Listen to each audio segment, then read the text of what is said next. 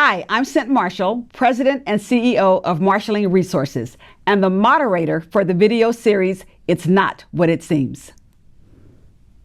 For this episode, I'm happy to be joined by Scott Nady, Executive Director of Acquisition and Programming and Special Assistant to the head coach for the SMU Mustangs football program.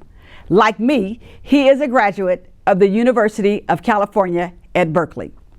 Scott has taught and coached extensively at the high school level and has been a supporter of the New Friends, New Life anti-trafficking nonprofit.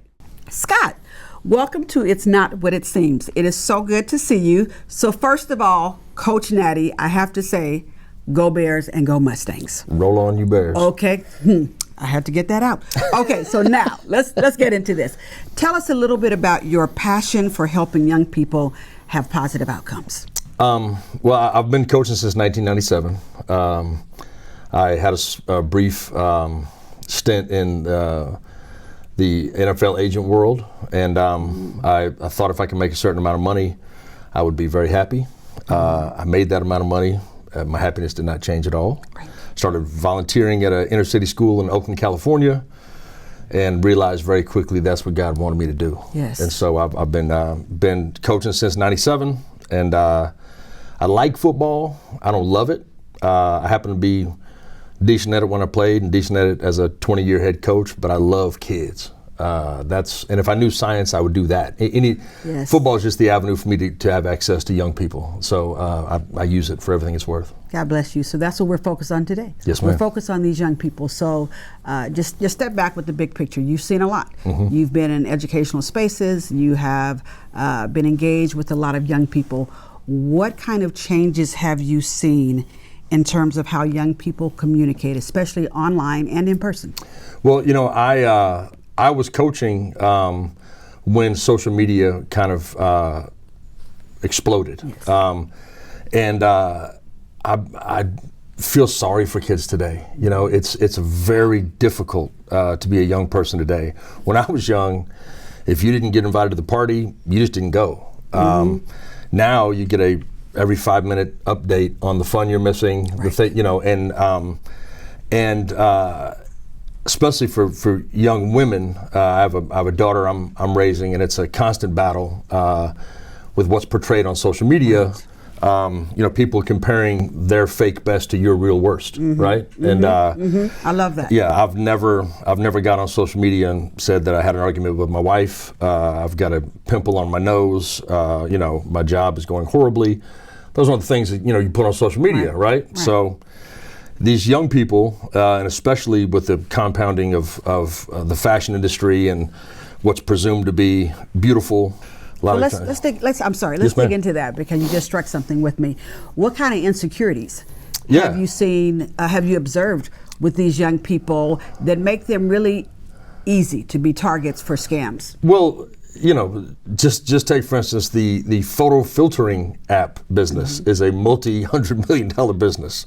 So you have young people looking at fake pictures, thinking that that's real, right? And you can contour your body, your face, and everything, to portray an image that is oftentimes unattainable, And I think we start introducing these kids, especially the young girls, to unhealthy images of what we perceive beauty to be, starting with the Barbie dolls and progressing all the way through Instagram and the influencers. And it's a hard time to be a young woman in this society, and that's saying a lot, because I can't remember a time where it wasn't. So let's talk about your role as a coach. Yes, ma'am. Because we're talking about the young women and the young men too. So what kind of things have you seen in terms of being a coach that made your antenna go up and think, okay, we may have some behavioral issues, something is happening? Yeah, I think that the more that negative behavior is glorified and broadcast for the masses. I'm a hip hop connoisseur and lover from the early '80s, and oftentimes music reflects society, right? And so I watched the lyrics and watched the subject matter change dramatically from the mid 80s to the early 2000s, and where it was more of a conscientious self-awareness empowerment movement to now an objectifying, degrading, and glorifying violence and really possession, right, of both goods, money, and women. You know, and it's depressing because I've seen it not have to be that, and I saw how empowering it was. Right. You know, and now that doesn't sell. You know, and so if it doesn't sell, it's not produced. So when you notice these behavior changes because of all of this, and you notice something that really indicates crisis, Yes. what do you do? Who do you loop in? How do you handle that? I'm kind of a one-stop shop. You know, I have a really good rapport with young people, and I think it's my vocation. And I have, you know, when you're a high school head coach for 20 years, football is probably the least of your responsibilities. Yes. You know, because you get the best team I ever coached in high school was 1999. I had about 29 kids on the team, 26 of whom had no dads, right? And so you're doing a lot more than coaching X's and O's, right? You're modeling behavior. You're addressing things that you never thought you'd have to address. I've had numerous boys live with my wife and I for extended periods of time because of home situations, and really it's a by any means necessary approach, right? Whatever the problem is, we're going to solve it. You're developing young men. That's it. My favorite sentence in the world is, "Coach, I have a problem." Yes. You know, because we're going to find an answer. Okay, so give me an example of some answers. What do you do?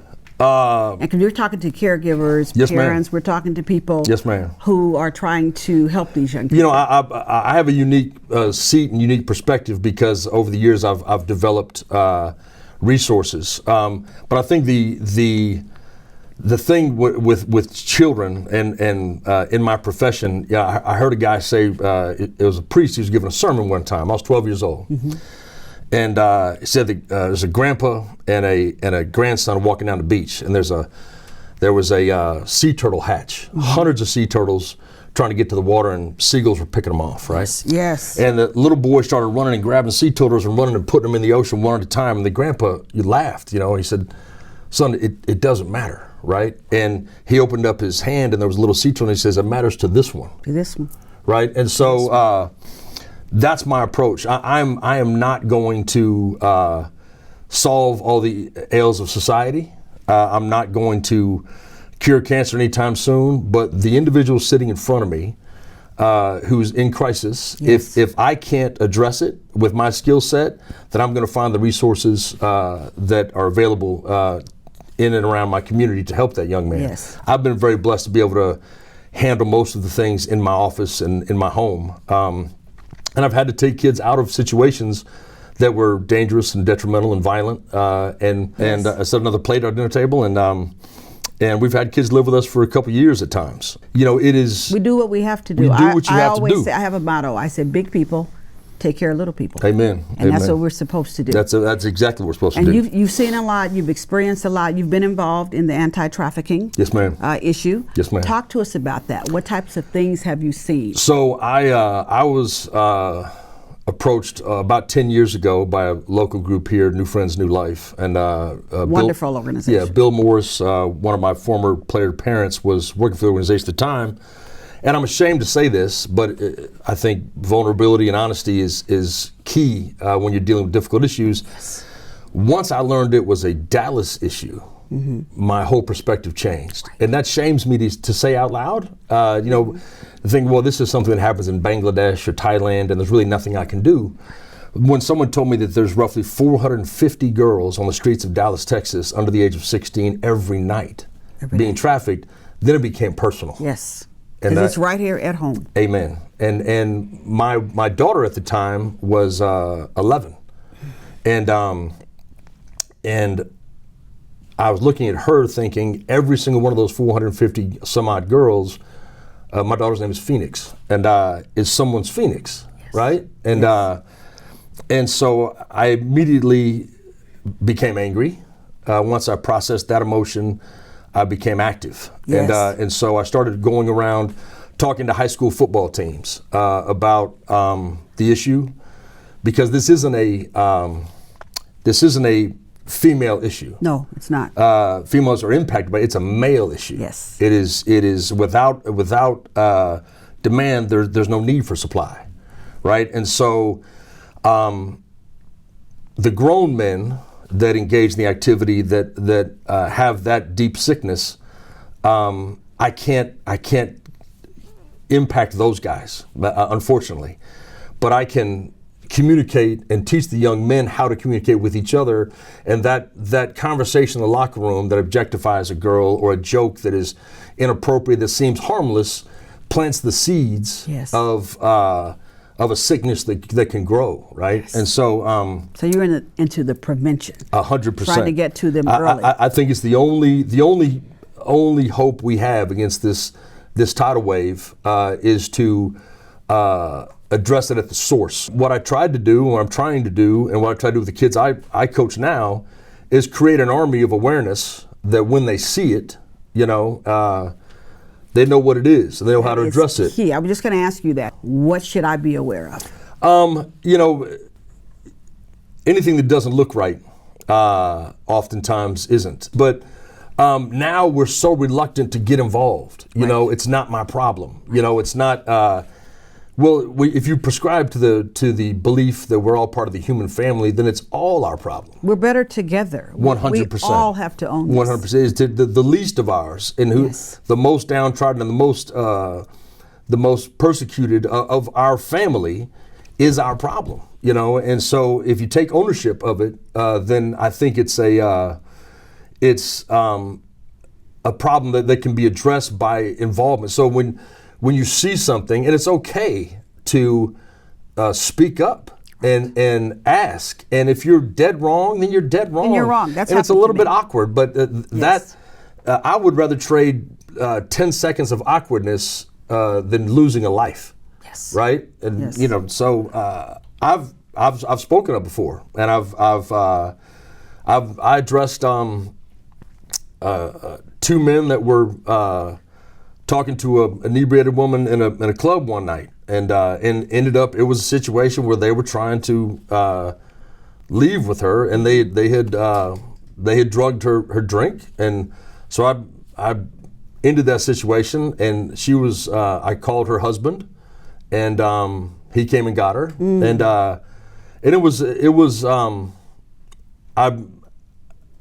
I even hesitated, right? I looked and I was like, man, it doesn't look right. But there's always that doubt, right? And should I say, should I do something? And really, I've gotten to the point now where if I think there's a 1% chance that young woman doesn't belong with that man, or if she looks distressed, or if she looks scared or impaired, I'm saying something. I'm stepping in, and that is, I've had some really awkward situations. Oh, I'm sure you have. But that's all right. You know what I mean? Okay. Nah, that's well, especially for our young people, they need us to step in, and that's what this video series, It's Not What It Seems, is all about. Yes. Because sometimes they can't recognize it. Right. They can't recognize what's happening online or what's happening in these everyday spaces. That's right. But they need us.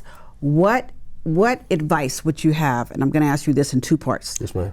What advice would you have to coaches who are out there with these young people every day? So, and the coaches, the educators, what advice would you have to them in terms of trying to protect our kids and keeping them, not kids, young people, keeping them safe online and in everyday spaces?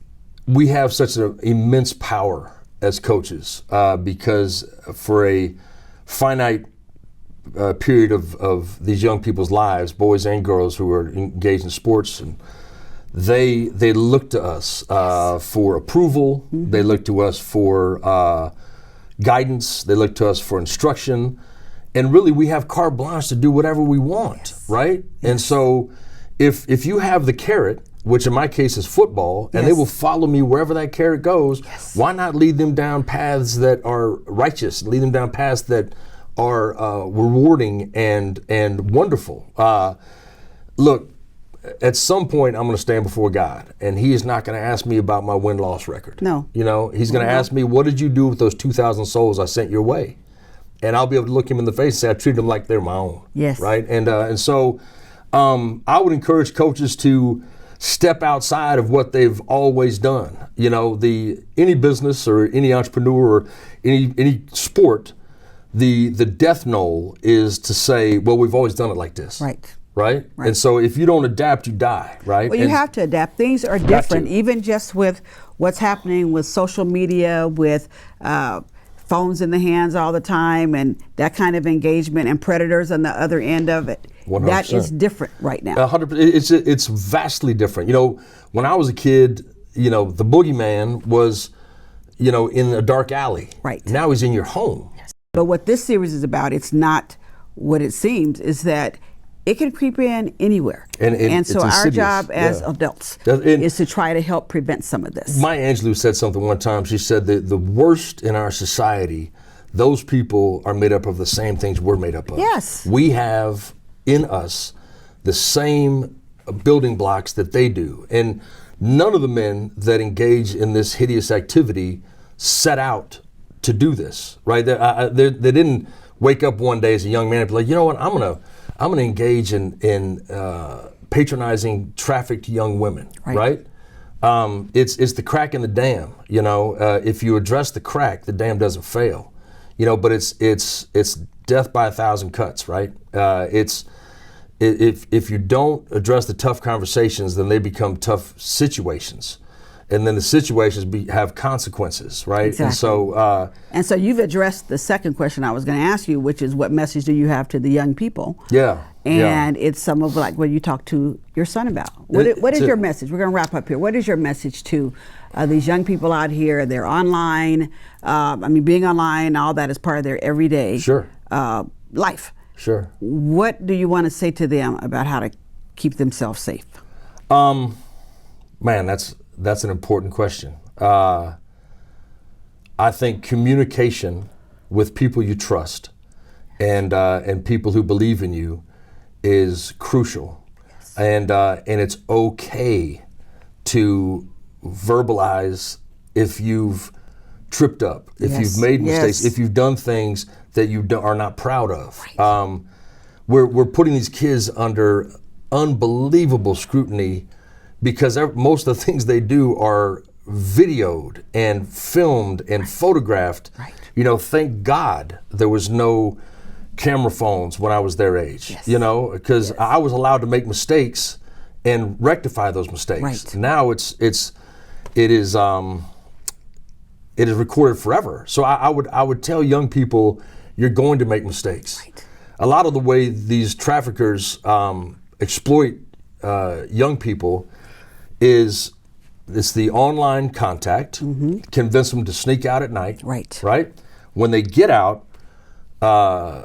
drug them, take compromising photos, compromising video, then they say, they drop them back off at the house, and these oftentimes are not the wrong side of the track houses that people envision. That's right. And then they contact the young person the following day and say, if you don't come out tonight, we're going to release these videos and these photos to your family, online, to the world, and your life will be ruined. Well, guess what? The next night, she's out again, and and then they got him. Right? And so be aware of that. And be aware, anyone that wants you to do anything that they don't want your parents to know about. And I don't every young person goes through cycles of their parent relationship, right? Yes. And when you're 14, 15, 16, you think your parents don't know anything, right? And then when you're 25, you're amazed how much they've learned. And then when you're 35, you're convinced they're the smartest people you've ever known. Right, exactly. Well, during that time where you think you know more than they do, trust me when I tell you, you don't. You don't.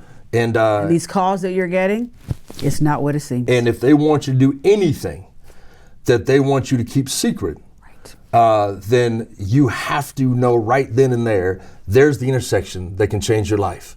If you speak up, you confide in someone you know and trust, and you would let your parents know that it happened, don't worry about the consequence of saying, well, you should have never been doing. Right. That's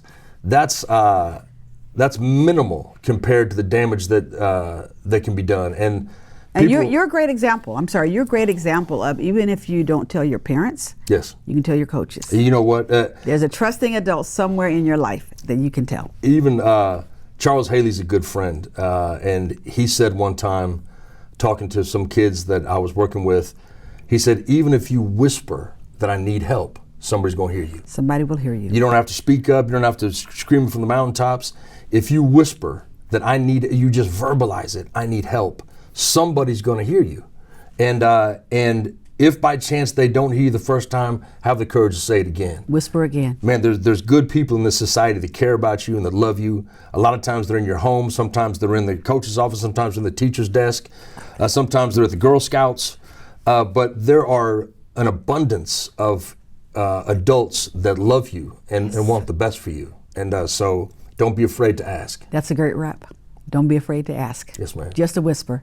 Yes, God ma'am. bless you. Thank you so much. I appreciate Thank you for joining us. Thank you so much. Keep doing the great work. I appreciate it. All right.